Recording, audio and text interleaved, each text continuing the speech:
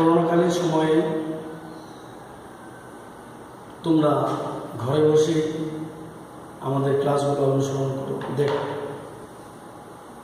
আমাদের অনলাইন ভিত্তিক পাঠদান কার্যক্রম। সুপ্রিয় শিক্ষার্থীরা, আমি মোহাম্মদ মাজিদুর রহমান, প্রভাষক দর্শন, বিয়ানীবাজার আদর্শ মহিলা কলেজ, বিয়ানীবাজার সিলেট। আমি তোমাদের দর্শন চতুর্থ পত্র তথা ভারতীয় দর্শন সম্বন্ধে একটা ক্লাস অতীতে নিয়েছি, এর আগে নিয়েছি, আজকে আরেকটা ক্লাস নিচ্ছি। ভারতীয় দর্শন চতুর্থ পত্র দর্শন। এই ভারতীয় দর্শনে 9টি স্কুল আছে। 9টি স্কুলের মধ্যে 6টা আস্তিক এবং 3টা নাস্তিক দর্শন, নাস্তিকতার দর্শন। 3টা নাস্তিকতার দর্শনের মধ্যে বৌদ্ধ দর্শন সম্পর্কে তোমাদের এর আগের ক্লাসটা নিয়েছি। আজকে তোমাদের নিব চার্বাক দর্শন সম্পর্কে। স্নাতক দ্বিতীয় বর্ষের চতুর্থ পত্র ক্লাস।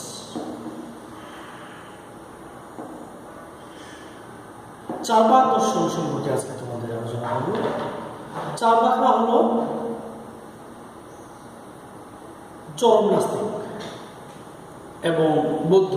চার্বাকরা এবং বৌদ্ধরা হলো চরম নাস্তিকতা দর্শনদের।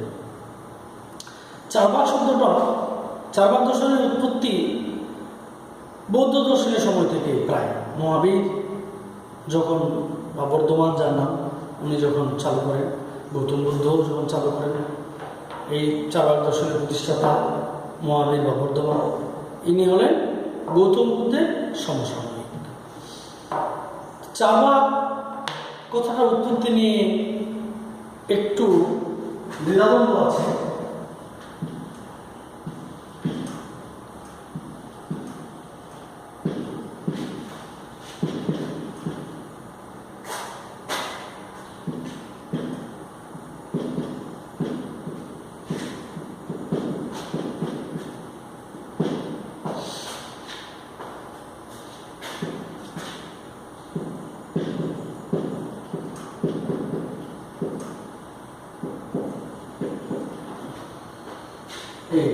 চার্বাক দর্শন হলো, অনেকে মনে করেন যে চার্বাক শব্দটি এসেছে চারু যোগ বাক।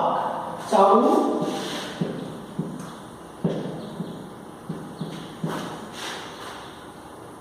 এই চারু মানে হলো মধুর কথা, মধু অর্থাৎ মধু মিশ্রিত, আর বাক মানে হলো কথা, অর্থাৎ মধুর কথা থেকে চার্বাক শব্দটি এসেছে, মধুর কথা থেকে। অর্থাৎ চার্বাক দর্শনের কথাগুলো খুব মধুর। এই কারণেই চার্বাক দর্শনকে চারু যোগ বাক, এখান থেকেই চার্বাক শব্দটা এসেছে অনেকেই মনে করেন। আবার অনেকে মনে করেন চর্ব ধাতু থেকে চার্বাক শব্দটা এসেছে। চর্ব মানে হলো চিবানো। চর্ব শব্দ থেকে চিবানো, অর্থাৎ আমরা যখন চিবাই, গরু কিন্তু জাবর কাটে। তোমরা জাবর কাটা বুঝো? জাবর কাটা হলো সারাদিনে যা খাইলো, গরুর পেট তো অনেক বড়, গরু মনে করে হয়তোবা যে দিনের বেলা না ঘাস খাইলাম, রাত্রেবেলা কি খাবো, রাত্রেবেলা যদি ক্ষুধা লাগে, ক্ষুধার কারণে যদি মরে যায়, এই কারণেই গরু ওইটা গালের চিফার মধ্যে কিছু খাবার রেখে দেয়। রাত্রে যখন ক্ষুধা লাগে তখন সে আস্তে আস্তে এখান থেকে জিহ্বা দিয়ে বের করে এবং চর্বণ করে। এই চর্বণ করা মানে চিবানো। অনেকেই মনে করেন যে এই চর্বণ করা থেকেই এই চার্বাক শব্দটি এসেছে। আচ্ছা, যাই হোক, চার্বাক শব্দটা যেখান থেকে আসুক না কেন, চার্বাক একটা ফিলোসফি আছে, দর্শন আছে এবং একটা ধর্ম আছে।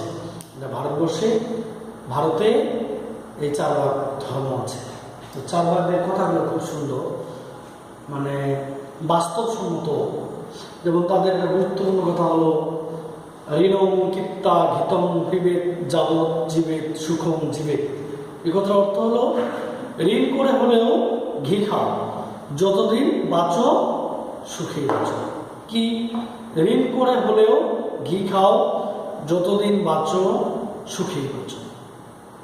অর্থাৎ ঋণ করে হলেও, ধার করে হইলেও আমরা ভালো জিনিস খাবো, আর যতদিন বাঁচবো আমরা যেন সুখেই বাঁচি, দুঃখ যেন আমাদের না আসে। মরার পরে আর কিছু নাই তারা মনে করে অতীত চলিয়া গিয়েছে, ভবিষ্যৎ অনিশ্চিত, সুতরাং বর্তমানে হলো আসল, বর্তমানকে নিয়ে আমাদের জীবন। সুতরাং অতীত নিয়ে ভেবেও লাভ নাই, ভবিষ্যতের কথা চিন্তা করেও লাভ নাই, বর্তমানটাই আসল। তাদের কথাগুলো খুব মধুর। যাই হোক, চার্বাকদের জ্ঞান তত্ত্ব আছে, নীতি তত্ত্ব আছে, তার মধ্যে সবচেয়ে গুরুত্বপূর্ণ যে আলোচনা চার্বাকদের, তারা মনে করেন, তারপরে ঈশ্বর সম্পর্কে আছে, নিরীশ্বরবাদ চার্বাকদের আছে। যাই হোক, সবচেয়ে গুরুত্বপূর্ণ যে তাদের কথা, এটা হলো অনুমান ও শব্দ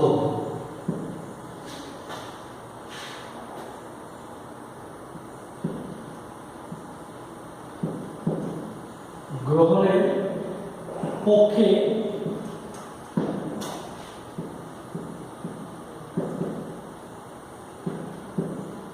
চার্বাকদের আপত্তি। এইটা হলো একটা গুরুত্বপূর্ণ থিম, তাদের সবচেয়ে গুরুত্বপূর্ণ চার্বাক ফিলোসফি বা চার্বাক দর্শনের এটাই, অনুমান এবং শব্দ গ্রহণের পক্ষে চার্বাকদের আপত্তি আছে। চার্বাকরা শব্দ এবং অনুমানকে গ্রহণ করে নাই। চার্বাকরা মনে করেন অনুমান সিদ্ধ বা অনুমান প্রসূত জ্ঞান ভ্রান্ত, মিথ্যা। অর্থাৎ অনুমান কখনো সঠিক জ্ঞান দিতে পারে না। অনুমান হতে আমরা যা প্রাপ্ত হই, যা আমরা পাই, সব হলো ভ্রান্ত বা মিথ্যা। অনুমান কখনো সঠিক জ্ঞান দিতে পারে না।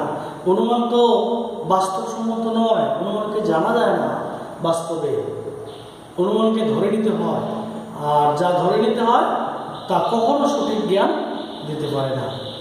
শব্দ বলতে ওনারা বলেছেন বা বুঝিয়েছেন বেদ বাক্যগুলোর কথা, আপ্তবাক্য যেগুলা বেদ বাক্য, অর্থাৎ বেদ হলো হিন্দু ধর্মের সবচেয়ে বড় ধর্মগ্রন্থ। এই বেদ বাক্যগুলোকে ধার্মিকেরা, যারা হিন্দু ধর্মের অনুসারী, এই ধার্মিকেরা বেদ বাক্যগুলোকে আপ্তবাক্য বলে মনে করে। তারা ভাবে যে বেদ বাক্যগুলোকে অনুসরণ করলেই আমরা পরকালে সিদ্ধি লাভ করব, অর্থাৎ আমরা বেহেশতবাসী হব। মুসলমানদের ভাষায় যাবেন বেহেশতবাসী বলে, আর তারা যাই বলুক না কেন, তারা স্বর্গ বলে হিন্দুরা।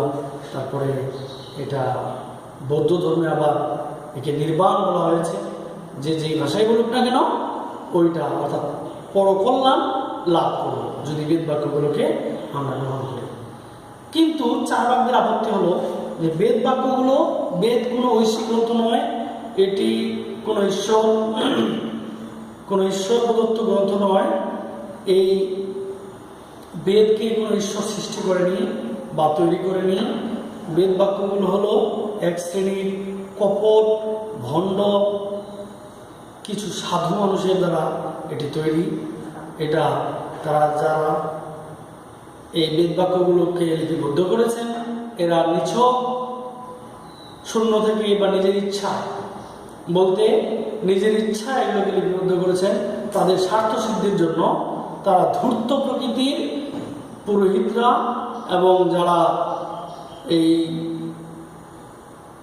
এক শ্রেণীর অতীব চতুর মানুষ, তারাই এগুলাকে তার নিজ স্বার্থের জন্য, নিজ স্বার্থ সিদ্ধির জন্য এই বেদ বাক্যগুলোকে উপস্থাপন করেছেন, যা সনাতন ধর্মাবলম্বীরা সেখান থেকে এটাকে প্রচার এবং প্রসার করে আসছে।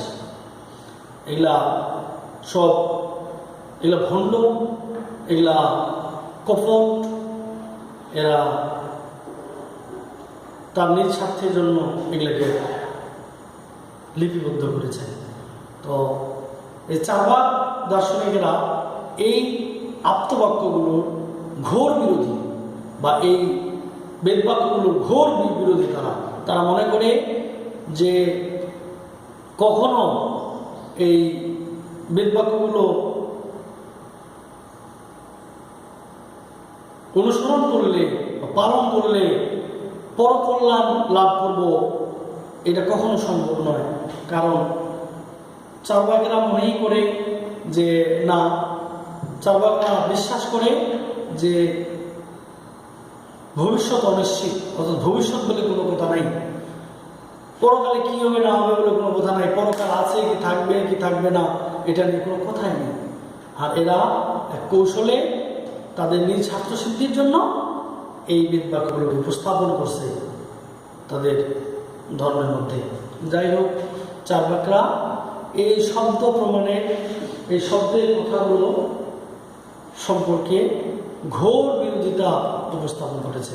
তারা মনে করে যে শব্দ তথা বেদ বাক্যগুলো গ্রহণ করলে যদি আমরা ইহকালে বর্তমানকালে যদি আমরা কোনো লাভবান হইতাম, তাহলে এটাকে আমরা গ্রহণ করতাম। ভবিষ্যৎ তো অনিশ্চিত, ভবিষ্যতে যে পাবো এই গ্যারেন্টি কি? আমাদের শ্বাস চলে গেলে, প্রাণটা চলে গেলে কি হবে না হবে এটা কোনো নিশ্চয়তা তারা খুঁজে পাননি। বিধায় তারা এই ধরনের বিষয়বস্তুগুলোকে বা এই শব্দগুলোকে তারা গ্রহণ করতে নারাজ। তারা মনে করে বর্তমানে আসল, অতীতে কি হয়েছিল, কি ছিল, কি ভবিষ্যতে কি থাকবে না থাকবে, কি হবে না হবে, এটা নিয়ে অযথা সময় নষ্ট করে বা অযথা চিন্তা ভাবনা করে আমাদের লাভ নেই। আমরা যা আছি তা বর্তমানেই আছি, যা আছি তা বর্তমানে আসল জিনিস। ঈশ্বর বলে কোনো জিনিস নাই। তারা মনে করে যে কিসের ঈশ্বর যদি থাকতোই তাহলে বর্তমানে আমরা তার কোনো প্রতিফলন পাই না কেন, এটা কেমন, কোনো কিছু জানলাম না কেন, ঈশ্বর কী ধরনের, কী রূপ, তার রূপ কেমন, সে কি মানুষরূপী না দেবতারূপী না কোনো অন্য কোনো রূপ আছে, এই সম্বন্ধে কোনো ধারণা আমাদের কাছে নেই। এই জন্য আমরা এগুলোকে বিশ্বাস করি না। তারা এই সব কথা মনে করছে। তো ঠিক আছে, আজ এই পর্যন্তই। তোমাদের চারবাক দর্শন সম্পর্কে একটা ধারণা যতটুকু পারি আমি দিলাম। এরপরে আরেকটা স্কুল আছে, এটা হলো জৈন দর্শন। জৈন বলেছি যে তোমাদের নাস্তিক সম্প্রদায়ের 3টা স্কুল বা 3টা অধ্যায়, এটা হলো চারবাক, জৈন এবং বৌদ্ধ। আজকে চারবাক নিয়ে কথা বললাম, এর আগে বৌদ্ধ নিয়ে কথা বলছি, আগামীতে জৈন দর্শন সম্পর্কে তোমাদের আলোকপাত করব। তো আর তাহলে থাকবে পরবর্তীতে 6টা স্কুল তথা অধ্যায় থাকবে। ওগুলার চেয়ে এগুলো বেশি গুরুত্বপূর্ণ। চারবাক, জৈন, বৌদ্ধ, বৌদ্ধ দর্শনে এই 3টি খুব গুরুত্বপূর্ণ অধ্যায়। তো আজকে ভালো থাকো, আজকে এই পর্যন্তই। আল্লাহ হাফেজ।